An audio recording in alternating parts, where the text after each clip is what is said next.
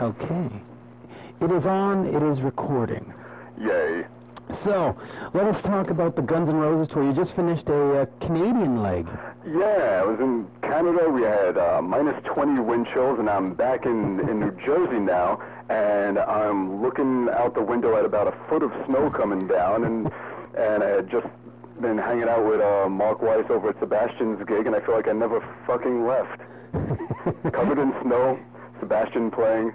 Yeah, you know, the great thing here is that we can see green grass up here in Montreal right now, and it's 34, so...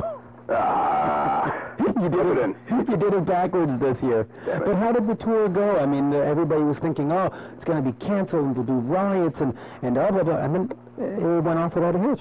Yeah, I'm pissed, man. I thought I was going to have my first riot. What the hell? We almost had one in Toronto, but no. Yeah, it was good. It was real good. People, you know... It's like any tour. You come back thinking, like, damn, I met some really cool people and had a lot of fun. And I find, like, you don't even remember the shows themselves. I mean, whatever happens, happens. Right. You know, you play the stuff, you trip over your own feet, you have a good time, you play jokes on each other, whatever it is, you play the songs, you have fun. But it's everything else. So just remembering the little things that surrounded the normal human interactive stuff, interactions and everything, and there's a lot of good ones.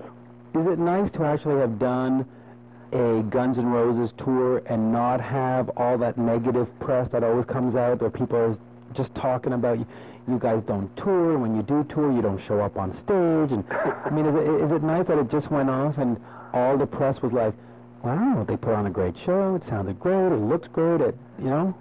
It was nice. Yeah, I gotta say, because, yeah, usually it's like you bust your ass, you give it all you got, and then...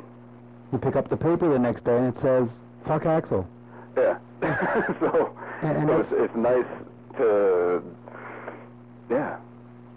And what does DJ Ashbaugh bring to the mix? Oh, that guy's just stealing the show, man. He's all over the fucking place, he's just killing it.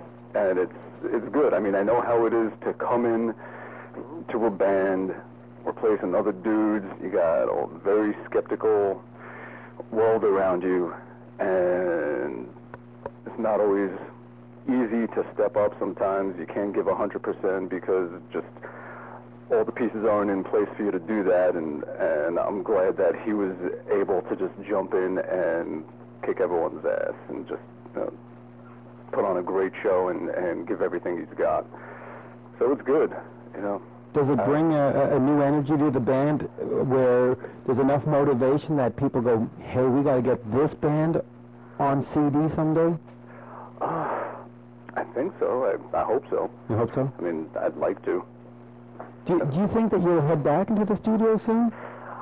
I can never predict that kind of thing. You know, it's like, at this point, I'm just thinking, you know, very short term. It's like, all right, let's tour, let's support Chinese democracy. You know, there's plenty more music that still exists to look at. But yeah, man, I would love to start writing and recording and get that happening.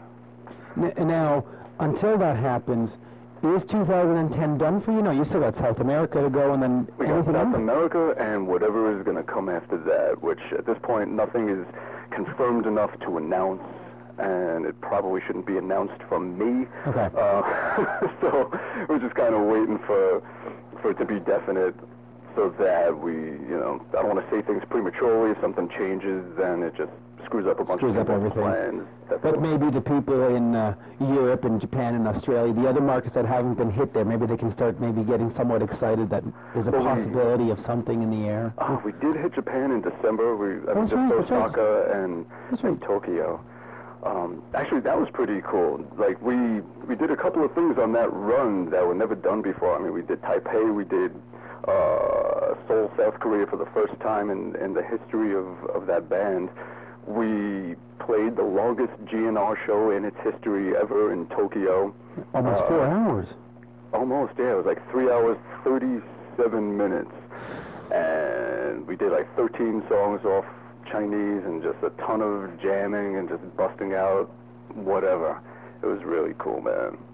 How do you handle a show like that as a musician? Because even the shorter shows were still over 2.5 hours. Yeah. I mean, at some point, don't you need to go to the bathroom or eat, or don't you get exhausted? No, when you're on stage, it's like, you're just in a different mode. Okay. And you don't think about that stuff. You just play, and I mean, I'm used to 10-hour rehearsals with a 30-pound double neck around my neck, so for me, playing 3 hours is a piece of cake. Although the next day, you wake up and you feel like you were in a car accident. But while you're there doing it, you're fine. That's gotta hurt. Now, the set list keeps switching every night. How many songs have you prepared or rehearsed to be able to do that? I don't know. What is it? I think the list we had, when we go down it, if you included like little solo spots and everything, I think it was around 35. But then during the tour, we just started busting out other things. Like we started playing a whole lot of Rosie from AC/DC. Started jamming to like Brick in the Wall from Floyd, and just little things like that we just kind of pull out of the air. So it's kind of open. Now, on this tour, you were doing the Pink Panthers theme as your solo. How did that come out? Were you just a big fan of the cartoon or the Peter Sellers movies? Or? Oh, yeah. It's funny because I'll be playing that solo, and then Axel will say something into my in-ear monitors that only I could hear. Like, I'll be in the middle of playing, and then suddenly I hear his voice just like, "Do you have a room?" Like, you fuck, I'm trying to play. That's kind of funny. About 3 days before we were leaving for Taipei, I was like, damn, I'm going to have to do a solo. And I've been avoiding thinking about this. And I just thought about it. I was like, I could do the Charlie Brown theme, and I could do this, could do that. I don't want to just stand up there and wank like a douche. I'd rather wank like a douche with music behind me. With music behind you. So yeah, I just thought of that. I was like, and I just asked everyone. I said, hey, you know if anyone ever did this one before? And they're like, nah, I don't think so. I was like, cool, let's do it. And just busted out like a quick arrangement of it and everything, and that was it. And then we went out and played it. Man, it's a fun spot, actually, because, like you say, sometimes you get these guitar solos that go on for 5, 6, 10 minutes, and it's just a whole lot of noise, and you go, what's the point? But this is kind of, it's entertaining. Well, that's the idea. That's the idea, damn right? thing, with that to entertain and try my best to, to make it happen. Absolutely. And, sorry, distraction by a little 3-year-old again. Oh, hi, little sweetie. I apologize. No, good. So, now, you also have your own thing outside of Guns N' Roses, the whole solo career.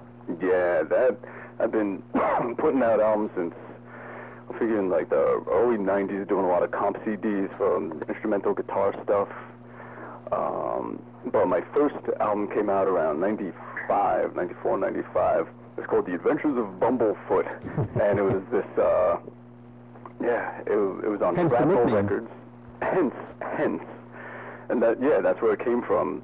Yeah, the name came from helping my wife study. She's a veterinarian, and when she was in school, I was helping her study, and one of the diseases we came across, ulcerative pododermatitis, which was also known as Bumblefoot, and it was just such a funny name that I said, I'm going to write a song called Bumblefoot about some, like, superhero foot with a stinger that just fucks everyone up, and did that, and then when that album came out, I was like, all right, let's go for that. And the cover had that image, the striped foot, wings, stinger flying overhead, buildings burning underneath, and just chaos and destruction and everything.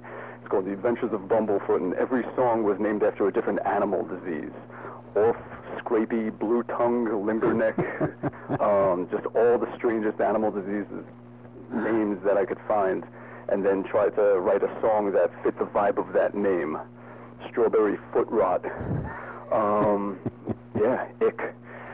And actually that album was just re-released by the label 15 years later, and we added a few songs, a few bonus tracks from a Sega video game that I did back then, like around 95, 96, something like that.